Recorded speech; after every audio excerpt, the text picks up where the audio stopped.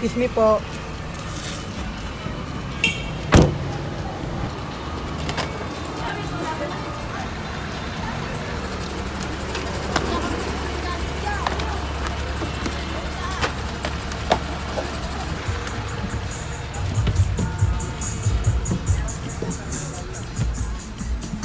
Number na lang baklas.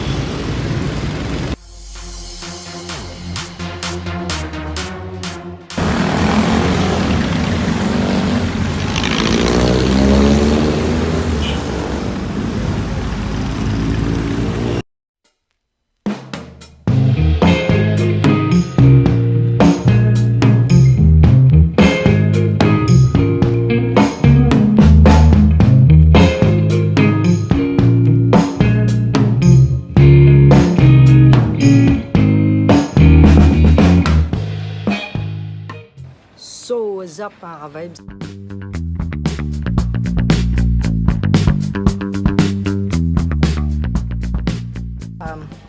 Nga pala, so ayun nga, nandito kami ngayon sa Taytay Rizal. Check the address here. Kasi, ngayon, pupunta kami sa Vietnam and Cambodia. So, mamayang 7 p.m. dapat andun na kami. And 10 p.m. yung mismong flight namin. So wala pa akong ligo. Talagang puyat na puyat pa ako. Talagang hindi ko na talaga vlinag kanina nung nandun pa kami sa La Union dahil sobrang nakakahagard, tapos sobrang dami ng tao, siksik. Kaya konting highlights lang yung nagawa ko doon kanina. And hopefully, maging maganda yung pag-tour namin doon.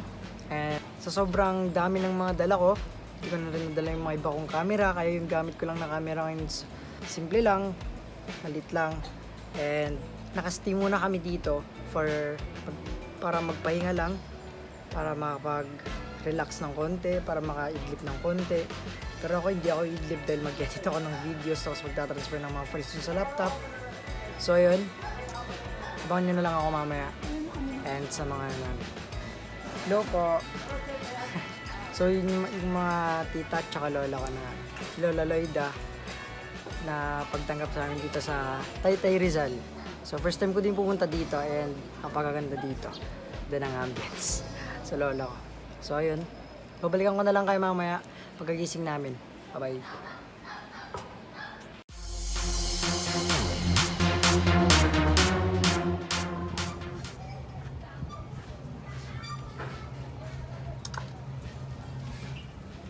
So yun nga, nakapagpahinga na rin ako kahit 2 oras. Ginising nila ako kasi kumain pa kami ng lunch. Kaya medyo gumana rin yung ulo ko na kanina sobrang bigat tapos masakit yung ulo ko. Pero ngayon ayos na. Mga 3 kami alis dito. Liligo muna ako mamaya. And nagpre-prepare.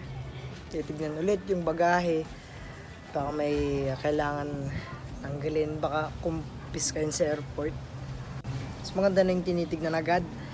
Kaya sa abot pa sa airport, baka maiwan sa airport, mas mahirap na yun. Kasi baka yung pinakamalagang gamit pa yung naiwan ko doon.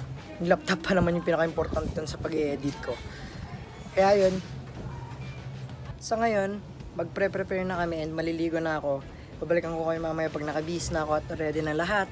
At pupunta na kami sa airport dahil mamaya baka mag-grab kami. So, kita-kits mamaya.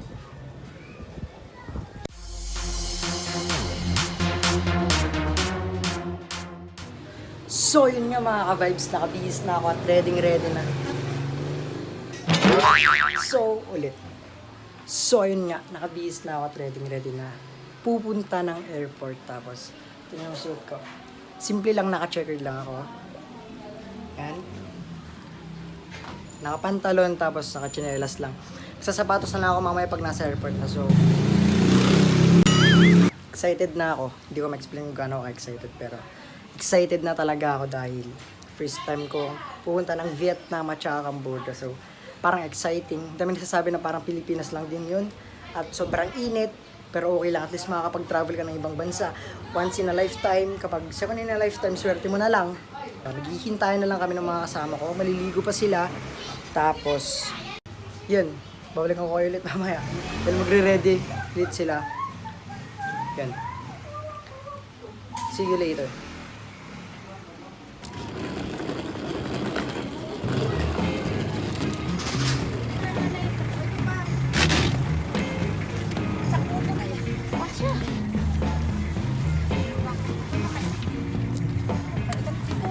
So ayun, papunta na kami sa airport with my tita na isang sponsor. Thank you, tita. Hello. Mga kabatch ni tita ko. Isan ko. Magkaya kuya. Yun. Ate Binang.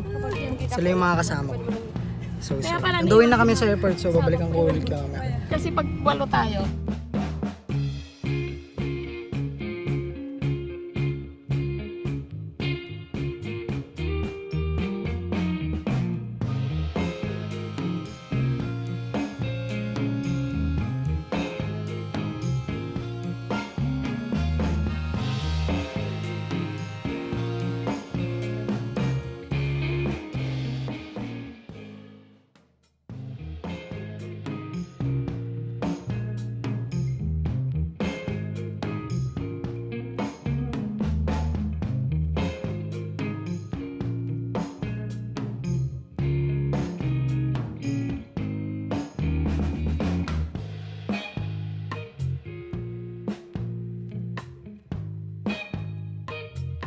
Samsung yung tumang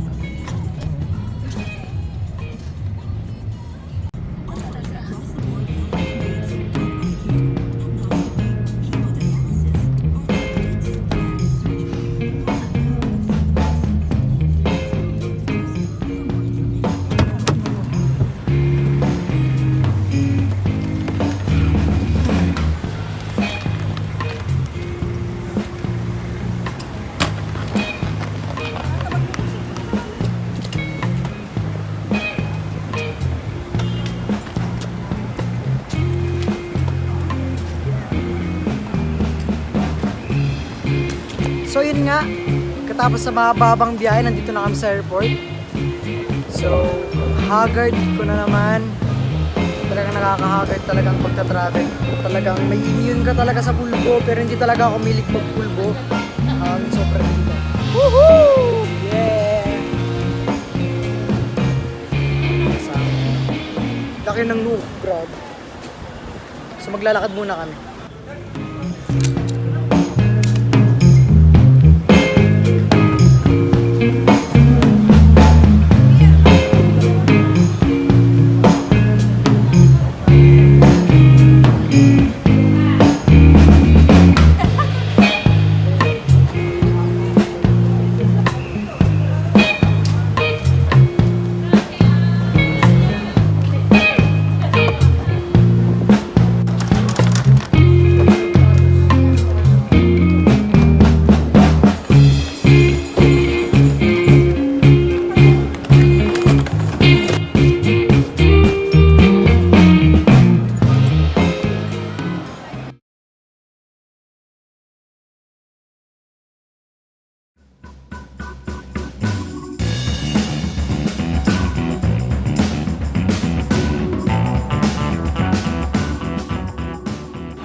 So gaya nga ng sabi ko kanina, mga 10 PM pa yung flight namin. Possible 10 PM, 10:30 PM.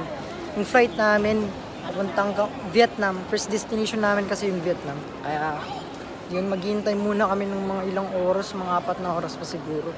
Depende pa. Kasi na tita na aburido na ata.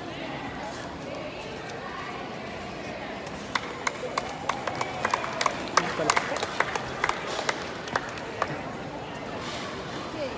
Bilib din ako dito sa vlogging time ko. Umabot na ng magti 10 minutes. Grabe. Ito muna yung part 1 ng aking vlog.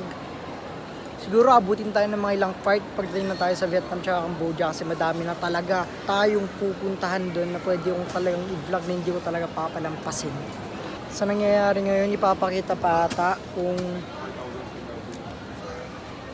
i-verify pa ata yung ticket namin na meron na dito. Haggard ko na talaga.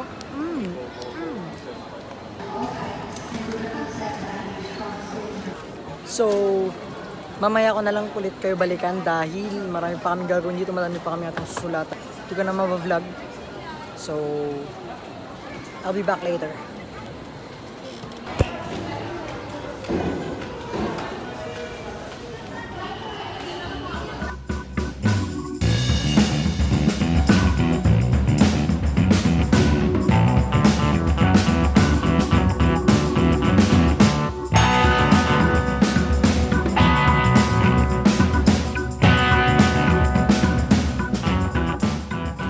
So ayun, nakalipas ng ilang oras, may higit 4 na oras kami naghintay. Sobrang hagad na ulit ako, ulit-ulit yung sinasabi. So ayun, papunta na kami sa mismong aeroplano. Goodbye Philippines. Philippines muna ngayon. So, woohoo!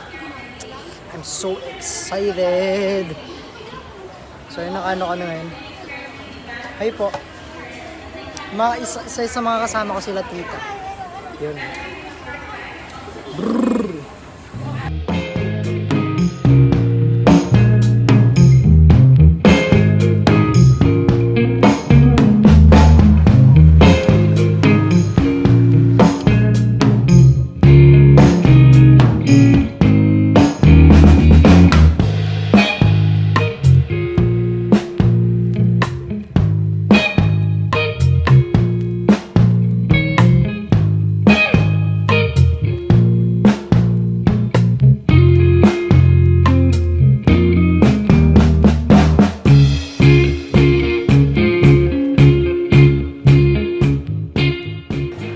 So yun nga, sa wakas, nakaupo na rin kami dahil lang. Ang haba pala ng pinaglalakaran nila doon, papunta dito sa boarding mismo. Nagbo-boarding mismo ng mga magfa-flight. So in a while, hintay na lang namin yung time ng flight namin. And then, papakita ko sa inyo mamaya. Pagpasok ko sa aeroplano, kung hindi pagbabawal yung cellphone, swerte natin. Pagpasok ko sa aeroplano, kung hindi pagbabawal yung cellphone, swerte natin. Pero mamaya, babalik ko kayo.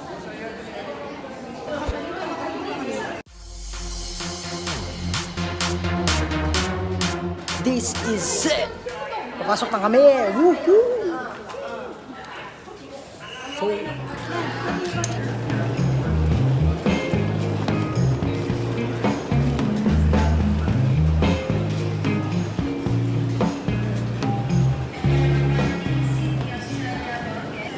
yun, sobrang excited na ako, promise.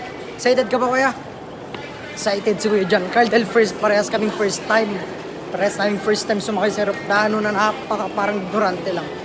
Laki ng noo ko pa. Ha! Umaya pogi din ako, kaya mag-alala. Haggard ko lang talaga ngayon.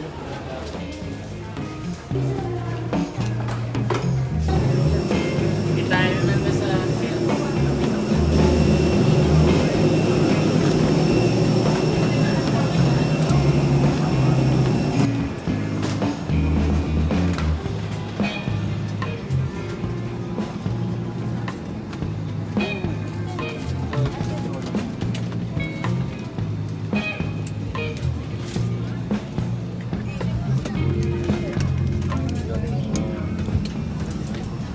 So yun, nandito na tayo sa loob ng eroplano. Wow, solid. Maswerte ko, alam niyo kung bakit. Kasi dito pa ako napunta.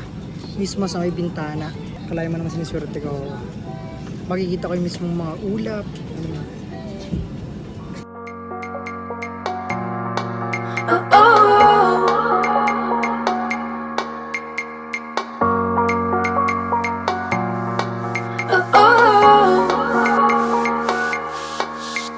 These feelings, I can't let them go.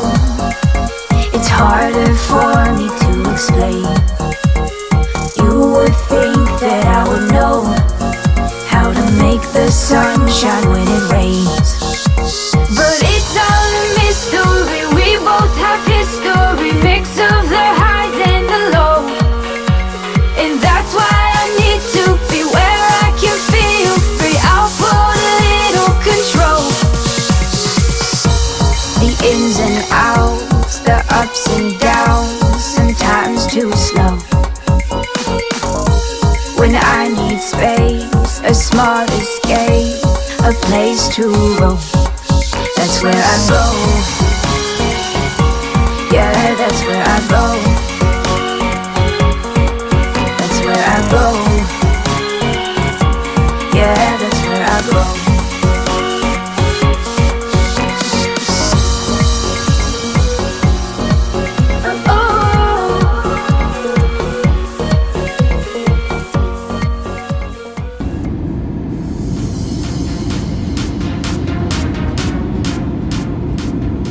Yo, what's up mga ka-vibes? Kakarating lang namin dito sa Vietnam. Bilib ako dito kasi ang ganda ng airport nila, tapos napakabango. Hindi ka sa atin na parang aircon lang, walang amoy. Pati CR nilang bango as in. So, kung tutuusin, pupunta sa 2 hours ng biyahe namin. So, magto 2 hours. Hindi pa ako masyadong nakatulog sa aeroplano dahil nakakahilo pala. Grabe. Ang gandang, lalo na yung papataas yung aeroplano, para kang mahihilo. Plano namin siguro ngayon baka kakain, didiretso sa hotel. Kasi kailangan namin kumuha ng lakas para bukas. Energy. Yun. So kung nakikita nyo, walang masyadong tao, kami lang. Kasi nag-CR pa kasi kami. Pinsan ko. John Carl, pinsan ko. And si tita. awkwardness. Sobrang haggard na kasi namin as in. Puyat, haggard. Lahat na halo-halo. Okay, pupunta muna kami doon. Check namin kung ano meron doon. And then, babalik ko ulit mamaya. Till mag-highlights ako doon.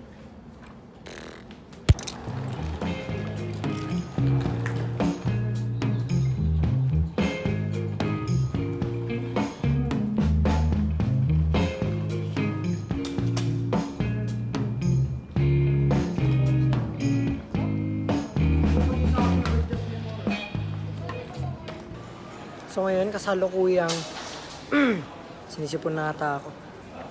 Kasalukuyang nagpapapalit sila ng pera to Vietnam peso. Peso? Di ko alam. Basta nagpapapalit sila ng pera, tapos katapos lang namin sa immigration kanina, pina-check yung passport namin. Okay, nahilo pa rin ako, my God. Excited na akong lumabas at makita. And nga pala, excited na akong lumabas kasi gusto ko na makikita talaga yung buong Vietnam. Hindi naman yung buong Vietnam, basta gusto lang makita yung Vietnam kasi first time ko talaga dito. Exciting. Tapos medyo naantok na. Pabalikan ko kayo ulit mamaya. Update ko kayo. Bye-bye.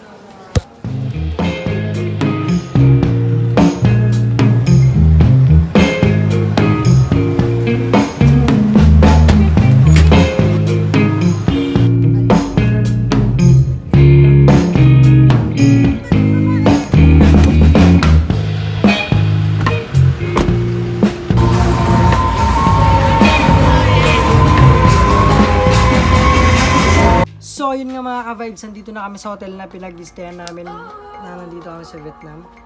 So, ngayon mag-outro muna ako. Kita-kits na lang sa part 2. Mamamasyal kami bukas and kakain muna kami dahil sobrang gutom na namin. Time check is already magti-3 AM na dito. Advance ang 1 hour dun sa Pilipinas. So, sabay muna.